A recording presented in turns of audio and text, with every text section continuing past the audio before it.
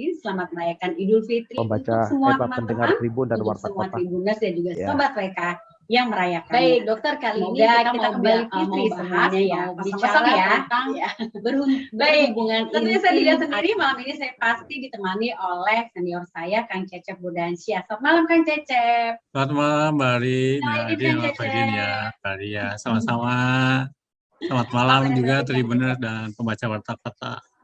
Baik, Kang Cecep, ini kita mulai lagi talk show-nya malam ini ya, Kang ya. Karena udah beberapa kali tuh banyak yang tanyain kapan ya dimulai. Padahal kita sempat di sebelum bulan Ramadan itu udah bilang, oh ya nanti setelah Idul Fitri. Tapi rupanya udah banyak yang pengen ngobrol sama Dokter Binsar. Kayaknya udah banyak yang kangen kayaknya gitu ya. Iya, ya pastilah. Iya. Kita akan Baik, kita sapa kangenin. dulu Dokter Binsar. Selamat malam Dokter Binsar Martin Sinaga. Ya. Apa kabar dokter? Kabar baik, sehat ya. Selamat malam pendengar Tribun dan Warta Kota. Ya. Baik, dokter, kali ini kita mau bicara tentang berhubungan intim, adakah aturannya atau adakah posisi yang mungkin lebih baik untuk ibu hamil, begitu ya dokter ya. Baik. Begini dok, kebetulan kan perempuan hamil atau wanita hamil, seorang wanita itu hamil itu memang satu hal yang paling diinginkan ketika dia sudah menikah dan memiliki pasangan gitu ya dok ya. Iya, nah, betul. Cuman masih banyak wanita-wanita dan perempuan hamil itu yang belum mengerti apakah berhubungan intim pada saat hamil itu amankah gitu. Menurut dokter bagaimana? Silakan dokter. Baik. Topik kali ini memang sangat menarik ya. Jadi kita berbicara tentang yang namanya bagaimana berhubungan seks yang tepat, yang baik ya, selama masa kehamilan. Kita harus tahu bahwa mulut rahim itu adalah satu bagian dari rahim itu yang menahan daripada proses terjadinya keguguran atau tidak. Ya, jadi tetap yang menentukan itu adalah mulut rahim, apalagi di trimester awal, trimester 1 atau dari bulan pertama sampai bulan ketiga. Kalau itu lemah, mulut rahim itu lemah atau serviks itu lemah, maka kita bisa pastikan itu akan terjadi keguguran. Oke? Nah, pada proses yang namanya kehamilan itu yang harus dijaga ya. Nah, hubungan seksual itu juga harus menjaga bagaimana mulut rahim itu tidak tidak melemah ya, otot-otot sekitar mulut rahim tidak melemah. Nah, kita tahu Kang Cecep dan Mbak Ari bahwa yang namanya ejakulat, cairan ejakulat yang dikeluarkan oleh seorang pria pada saat dia orgasme itu mengandung satu enzim yang namanya prostaglandin ya. Nah, prostaglandin itu bisa membuat yang namanya kontraksi daripada rahim atau terlebih khusus mulut rahim, sehingga bisa kita bayangkan bahwa akan terjadi abortus yang mengancam atau keguguran yang mengancam. Nah, pada dasarnya seorang wanita hamil itu mengalami perubahan hormonal. Ya, kita semua sudah tahu ya, Kang Cecep dan Mbak Ari, bahwa estrogen, progesteron itu menurun. Sehingga apa yang terjadi, pasti yang namanya mood itu berkurang. Pasti yang namanya libido itu berkurang. Pasti yang namanya gairah itu berkurang. Nah, akibatnya kita tahu bahwa seorang wanita yang hamil tidak mau atau tidak akan punya keinginan untuk berhubungan seksual. Nah, cuman dalam tanda kutip, dalam kaitan dia melayani suaminya atau berhubungan seksual dengan suaminya, nah ini harus dikerjakan dengan hati-hati. Ya, hati-hatinya kenapa? Yang pertama agar jangan terjadinya kontraksi di dalam yang namanya mulut rahim itu atau rahim itu terkena daripada cairan ejakulat. Itu satu. Yang kedua, kita tahu bahwa pada waktu terjadinya proses kehamilan, struktur anatomi berubah, ya. Kandung kencing itu tertekan, jaringan saraf pembuluh darah juga tertekan, sehingga akibatnya adalah yang jelas sirkulasi juga nggak terlalu bagus, ya. Sirkulasi juga nggak terlalu bagus, akibatnya akan menyebabkan yang namanya udem. Udem itu atau pembengkakan daripada kaki si wanita tersebut. Nah, itu semua perubahan anatomi yang tidak mengenakan. Sehingga di samping cairan ejakulat atau yang namanya enzim prostaglandin itu yang bermasalah, yang kedua struktur anatomi juga perlu diperhitungkan. Apalagi sudah trimester kedua dan ketiga. Trimester kedua dan ketiga itu sangat rentan juga karena posisi sangat sekali tidak enak, ya, di mana kondisi sudah perut sudah membuncit, ya kan, janin tambah besar, nah itu sangat tidak enak. Nah, saran saya sebagai dokter seksolog adalah apabila seorang wanita yang hamil melakukan hubungan seksual dengan pasangan atau suaminya harus dilakukan dengan berhati-hati. Berhati-hati dalam artian jangan sampai mengancam atau membuat anatomi struktur tubuh yang sudah mengalami perubahan itu tidak enak, ya. Yang kedua, jangan melakukan penetrasi terlalu dalam. Sebab penetrasi yang terlalu dalam akan membuat nanti cairan ejakulat mengenai mulut rahim. Sehingga akhirnya kita tahu akan terjadi kontraksi daripada mulut rahim tersebut. Dan akibatnya apa? Terjadi yang namanya abortus yang mengancam, ya. Nah, apalagi dilakukan trimester pertama.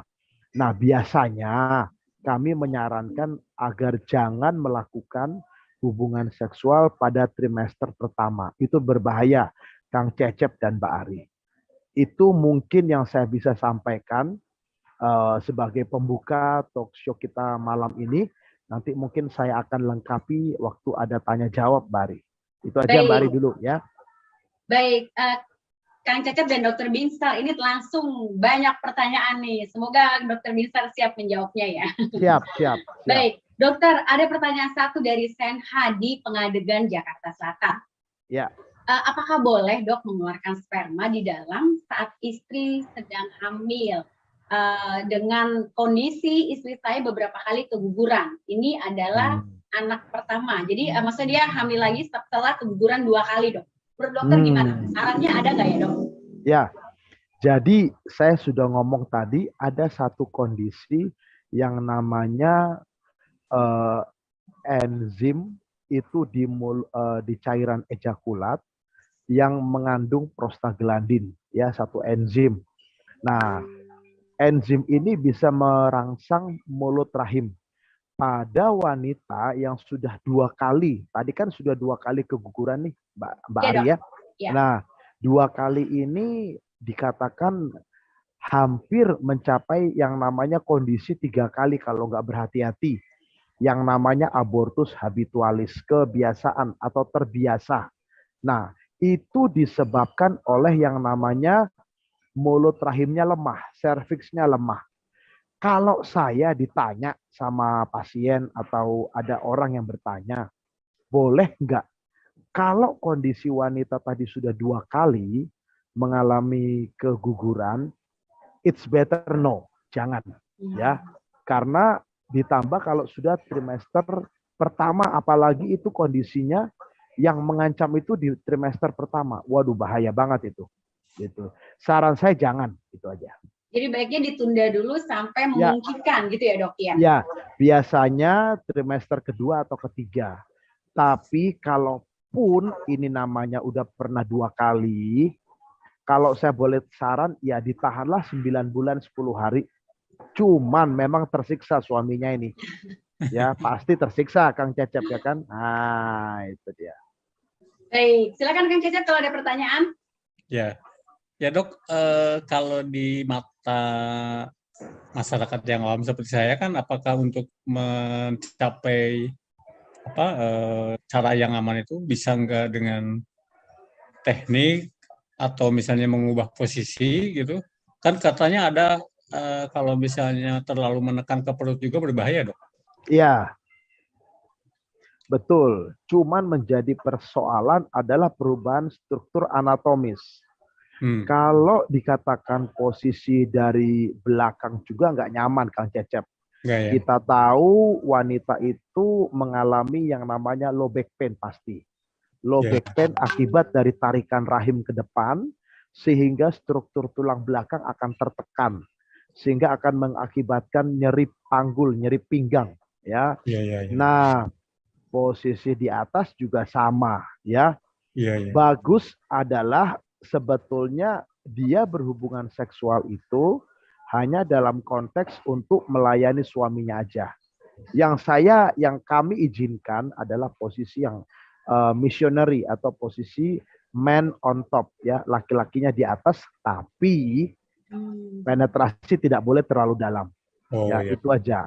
Penetrasi tidak boleh terlalu dalam. Kira-kira setengahnya atau seperempatnya gitu ya dok? Ya pokoknya yang penting sudah bisa penting happy aja lah ya. Ada penetrasi lah ya. Yang kedua, waktu dia mau keluar orgasme, jangan dimasukkan lagi, ya. Tarik sedikit lah begitu, ya. Tarik Kang, gitu kan. Itu. Nah dok, kalau misalnya ada yang istri yang minta supaya ditunda sampai 9 bulan, kemudian juga mungkin kan sampai 9 bulan lebih, karena kan harus ada waktu 40 hari kalau tidak salah setelah melahirkan ya. Ya, masa nifas, ya betul. Ya, masa nifas kan ini berarti kan laki-laki harus dituntut kesabaran. Nah, ya betul. Bagaimana dok, caranya istri untuk memberikan informasi yang masuk akal lah kira-kira, secara medis, secara seksolog? Ya, begini. Setelah dia melahirkan, arti kata dari nifas itu masa pembersihan. Ya, jadi jaringan darah, jaringan ikat, sisa-sisa kehamilan itu akan dikeluarkan terus. Ya, makanya dia akan pasang namanya tampon atau Softex, pasti akan keluar darah atau sisa-sisa dari proses kehamilan. Ya, nggak mungkin langsung bim salah bim. Masa itu juga keluar Kang, nggak mungkin Mbak Ari, ya kan? Ya Mbak Ari tahulah begitu toh. Nah, itu yang disebut masa nifas. Belum lagi kalau dibuat luka jalan lahir kalau normal, ya episiotomi, ya harus dirobek jaringan vaginanya lalu dijahit lagi. Atau waktu sesar pun kan tidak nyaman, ya kan? Nah, makanya dikasih masa tenggang 40 hari. Ya, 1 bulan 10 hari. Ya. Nah, kalau ini ditambah dengan proses kehamilan, ya sebetulnya gampang ya Mbak Ari ya. Prianya yang harus ngerti itu aja. Ya, itu.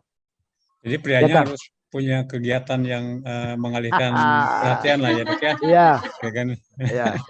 Ya Kang Cecep dulu gimana Kang Cecep, ya kan pengalamannya. Ayo gimana Kang Cecep, cerita dong. Itu dia. Ya kan? Banyak cara lah dok. Jadi mungkin dorongan itu bisa dialihkan lah ya ke hal yang positif itu kan, itu aja. Dok, selain habitus abortus tuh yang tadi dikatakan oleh dokter, kalau misalnya memang ada yang melakukan hubungan intim tetap misalnya itu pada usia kehamilan 6 bulan atau 7 bulan, apakah juga akan berdampak pada selain abortus ya, apakah juga akan berdampak pada kelainan janin tidak dok? Oh enggak masalah. Enggak ada masalah ya? Enggak masalah karena berbicara kan kalau dibilang namanya kelainan janin itu kan adalah satu kelainan genetik ya. Nah itu kan dibuat di dalam kandungan proses pembuatan janinnya ya. Tetapi untuk yang namanya anatomis dari si ibu tidak akan mempengaruhi daripada janin ya atau bayi yang dikandung itu dia. Ya. Dan tidak akan ada kontak fisik ya antara Oh, enggak, tidak ada ya. enggak ada. Karena kan itu saya katakan tadi, janin itu kan ada di dalam rahim, ya. Di dalam namanya kantong amnion atau kantong kehamilan, ya. Nah, itu terlindungi dari dunia luar, ya.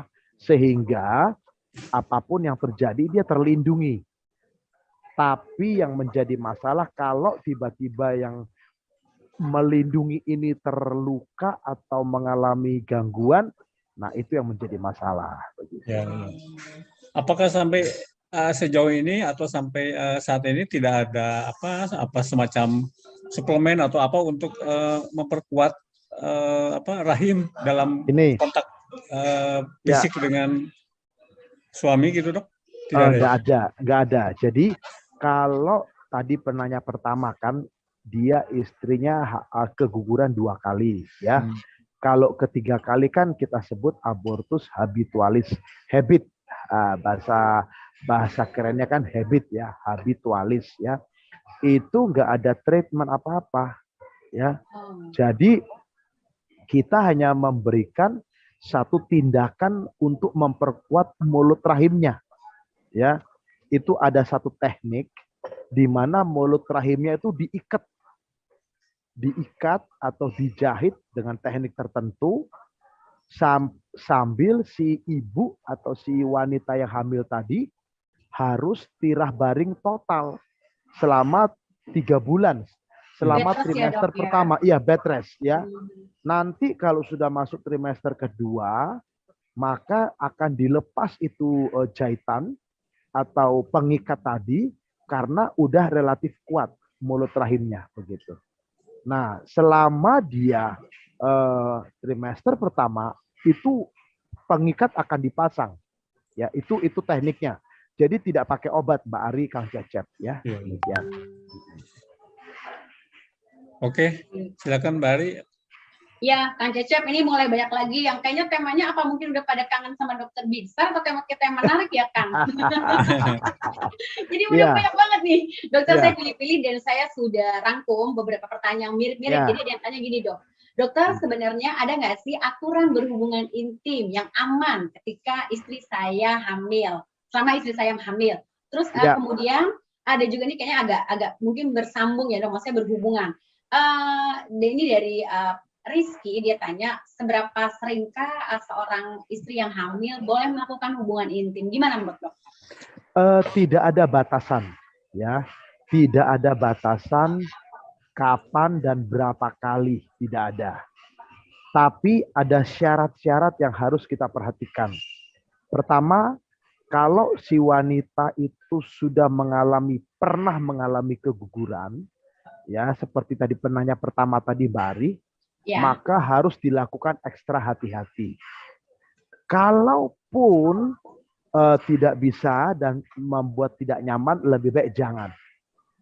Ya, kalau wanita tersebut sehat, ya tidak pernah keguguran, maka saran saya sebaiknya trimester pertama itu kalau boleh mungkin frekuensinya sebulan sekali, misalnya. Ya, lalu trimester kedua dan ketiga boleh 2 kali sebulan. Ya, tapi kalau boleh ini jangan jadi patokan karena kan badannya masing-masing, kekuatannya masing-masing. Gitu ya, iya, betul. Tetapi ada protokol, ada patokan kita sebagaimana wajarnya bagi seorang wanita yang sedang mengandung. Sebab keselamatan janin adalah prioritas kita. Jangan sampai kenikmatan orang tua akhirnya membuat kehamilan itu terancam. Itu Mbak Ari. Ya. Baik dokter, terima kasih. Kemudian satu lagi nih Dok, banyak banget yang minta tips dan trik berhubungan intim ketika istri sedang hamil yang aman dan nyaman. Selain mungkin yang tadi dokter bilang posisi misionaris dan bisa dilakukan setelah trimester yang pertama adalah ada tips dan trik lain nggak ya Dok? Ada. Yang pertama harus nyaman. Artinya kalau si wanita itu nggak siap, Kalau si wanita itu nggak siap, jangan dikerjakan. Susah nanti Bari, ya kan? Kalau si wanita itu nggak siap, dia terpaksa pasti moodnya tidak nyaman. Dan mood yang tidak nyaman akan membuat situasi tubuh itu stres. Dan akhirnya membuat yang namanya satu sexual intercourse itu tidak nyaman. Dan akan membuat yang namanya bisa mengancam juga mulut rahim. Ya. Karena apa? Bukan sekedar hubungan seksnya aja, tapi situasi dalam tubuh si ibu tadi, metabolismenya ya kan akan berubah waktu dia terancam, waktu dia nggak nyaman, metabolisme itu berubah, tensi bisa naik contohnya, ya tensi bisa naik ya toh. Lalu yang kedua kondisi pencernaan juga bisa bermasalah, ya. Yang ketiga misalnya sirkulasi darah plasentanya juga akan bermasalah. Nah, jadi ada banyak faktor yang membuat yang namanya kondisi internal itu harus diperhatikan. Si ibu harus bugar. Kalau bapaknya mah ya selalu bugar ya Kang Cecep ya. Itu dia. Ya kan bapaknya yang minta Kang Cecep. Iya, karena ya. bugar terus. Iya, kumaha atuh tuh. Jadi bapaknya begitu, ya, tapi istrinya kondisi internal juga harus kita perhatikan. Itu aja tipsnya dari saya. Masalah frekuensi sudah saya sebutkan tadi. Kalau trimester pertama sebaiknya diminimalisir. Trimester kedua dan ketiga mungkin sekali atau 2 kali dalam sebulan. Tapi statement saya ini bukan patokan ya, tergantung kebutuhan ya, tergantung kesepakatan berdua. Demikian Kang Cecep, Bari. Baik, pokoknya pada intinya adalah ini kan karena kan kondisinya adalah khusus ya, si istri sedang hamil. Jadi yang terpenting adalah dia nyaman dan tidak mengalami paksaan gitu ya dok ya. Ya betul. Paksa gitu, harus ikhlas gitu ya dok. Ya betul. Baik, Kang Cecep silakan kalau ada lagi. Dok, kalau misalnya dari pengalaman dokter dan dari pengalaman dokter atau riset kecil-kecilan, apakah keguguran ibu hamil itu memang penyebabnya, pemicunya adalah hubungan seks dengan pasangan, dok? Kegugurannya enggak ya? Enggak mesti itu. Tidak selamanya ya? Mayoritas penyebabnya adalah kelemahan dari mulut rahim. Oh. Saya ulang, ada 2 penyebab. Yang pertama, kelemahan dari mulut rahim. Itu pertama. Ya. Yang kedua adalah terganggunya sirkulasi uterus dan plasenta. Jadi antara rahim dan plasenta itu sirkulasi darahnya terganggu. Ya, sehingga menyebabkan janin nggak bertumbuh. Dan akhirnya bisa mati dalam rahim. Ya, tetapi penyebab paling tinggi nomor 1 adalah yang namanya cervix incompetent atau cervix yang weakness, lemah. Ya, jadi kelemahan mulut rahim itu nomor 1 Kang Cecep. Nah, kelemahan mulut rahim itu akan bisa mencetuskan keguguran kalau ada faktor, salah satu diantaranya adalah hubungan seksual yang tidak safe. Oh, jadi intinya itu kelemahan mulut rahim dan pemicunya salah satu ya. Salah satu itu hubungan seksual yang tidak aman. Ya. Berarti memang pengetahuan ibu hamil dan pasangannya itu dalam melakukan hubungan seks yang aman itu memang sangat mutlak ya dok ya dalam hal ini. Iya. Misalnya itu dalam pengaturan waktu ya. Betul. Tapi kan biasanya dokter kebidanan akan informasi kepada si ibu ya sama si suaminya ya kan. Pasti akan edukasi kalau mau hubungan seks sekian jangan dilakukan pada kondisi ini. Biasanya ada edukasi Kang Cecep ya kan. Iya. Ya kalau zaman saya kan dulu masih ke apa dukun beranak. Dukun beranak. Zaman saya ini. Iya. Jadi kalau dari Paraji kalau di di Jawa Barat disebutnya Paraji, Dok, dukun beranak Paraji itu. ya, Ya, ya. itu nggak ada informasi soal itu, Dok. Nggak ada ya. Iya, nggak ada Kalau informasi. dulu saya tugas di Sulawesi Utara, Ya, namanya Mama Biang. ya, Nggak ada juga itu. nggak ada ya. Kalau sekarang kan modern selalu ke Ya, dokter kandungan ya. Ya, dokter kandungan, betul. Ya. Dok, kalau misalnya ini satu lagi dari saya nih. Ya. Ini kan kalau soal melahirkan ini kadang-kadang ada yang mundur dari 9 bulan, tapi ada juga yang maju yang disebutnya itu prematur. Ya, prematur. Apakah ini juga pengaruh dari misalnya itu ada pengaruh salah satunya dari hubungan intim dengan pasangan tidak, Dok? Nggak ada. Nggak ada ya? Jadi tidak ada pengaruh dari hubungan seksual dengan kapan waktu persalinan, baik cepat, prematur ataupun melambat, ya tidak ada, ya. Jadi kita harus tahu bagaimana proses yang namanya persalinan sangat ditentukan oleh yang namanya bagaimana pembukaan dari mulut rahim. Kembali, bagaimana kelenturan jaringan pada saat proses persalinan. Jadi kelenturan jaringan itu manifestasinya adalah pembukaan 1, pembukaan 2, sampai pembukaan lengkap 10 cm. Ya, itu harus diperhatikan di situ, ya. Iya. Nah, Dok, ini satu lagi nih pengalaman ini aja, Dok. Pada saat anak saya yang bungsu itu kan istri saya mengeluarkan cairan itu yang sangat banyak gitu, Dok. Iya, betul. Nah, itu apakah itu bukan terakhir ya? Ya. Jadi terus. Nah, itu bukan terakhir karena waktu itu saya di bidan ya, kemudian disuruh pulang. Nah, tapi kemudian balik lagi ke klinik gitu kan. Ya. Jadi ya. Apakah itu terdeteksi sebagai bukaan terakhir, Dok? Ya, jadi pecahnya ketuban atau cairan ketuban, ya. Jadi kantung amnion atau kantung kehamilan itu kan pecah.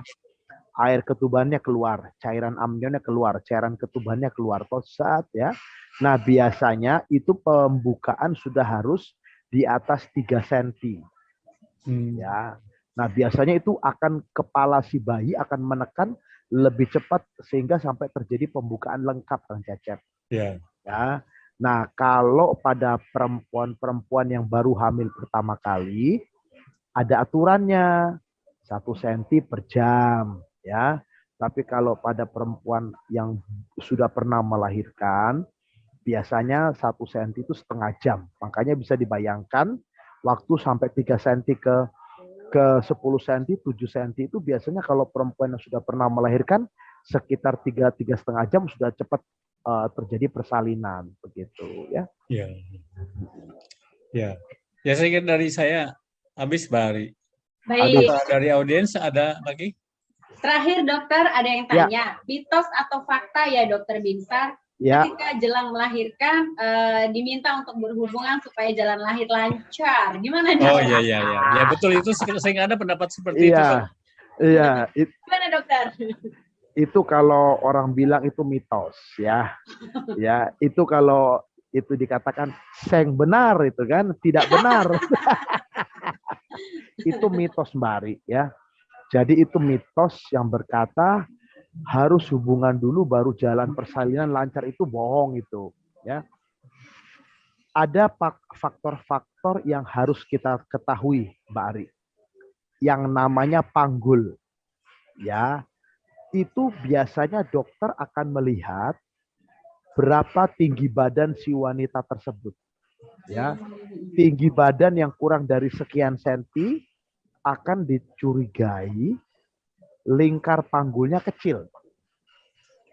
Kalau lingkar panggulnya kecil, biasanya akan sulit janin akan turun ke bawah. Sulit ya.